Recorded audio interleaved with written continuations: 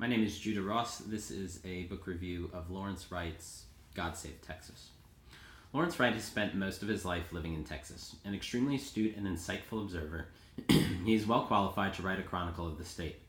He covers everything from the Alamo and oil to hurricanes in Houston.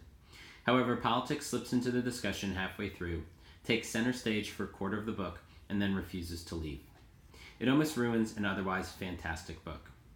God Save Texas is part ode to the Lone Star State, part personal memoir. The two come together beautifully and only add to the wonderful prose. Lawrence grew up in West Texas and Dallas, has lived in Houston for decades, and has connections in almost every corner of the state. The first chapter is wonderful. A tour of the Alamo fills you with every interesting fact you can wish to know, from emus to peacocks and hogs. The second chapter continues with a history of the lifeblood of Texas, oil.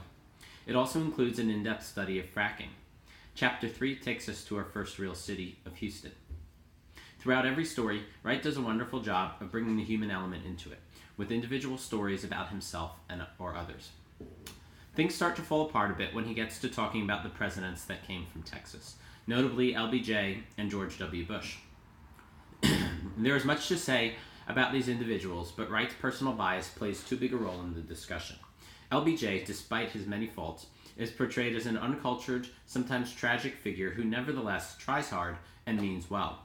Bush, despite being a personal friend, is portrayed as a dangerous, bumbling fool. Wright isn't the first one with these opinions, and he may very well be correct, but the reader deserves a little more breadth, or at very least more openness about the author's liberal biases. When it comes to state politics, the already thinly worn gloves come off. Every Republican, except for the angelic Strauss, a close personal friend, is evil, and every Democrat is a crusader for the people. Again, I've met many of the politicians he discussed, and there certainly is some truth here. Dan Patrick and Sid Miller are not people I want representing my state.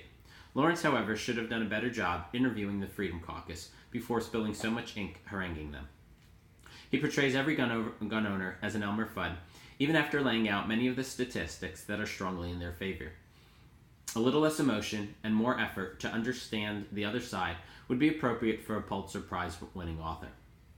Later chapters have wonderful stories recounting the effects of the Kennedy assassination, as well as the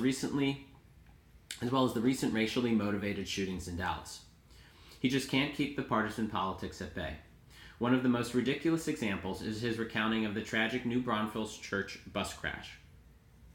The driver was high on a cocktail of drugs, yet Wright wants to blame Rick Perry's veto for the fact that the murderer was also texting. I agree with the author's views on both abortion and the ridiculous bathroom bills, but even with these subjects, I couldn't fully trust him because of his failure to separate fact from opinion. Towards the end of the book, we move back to Austin and hear fascinating personal stories involving Matthew McConaughey and Willie Nelson. We then proceed to what I felt was a fairly balanced discussion of immigration. The book ends in the funky Far West towns near Big Bend.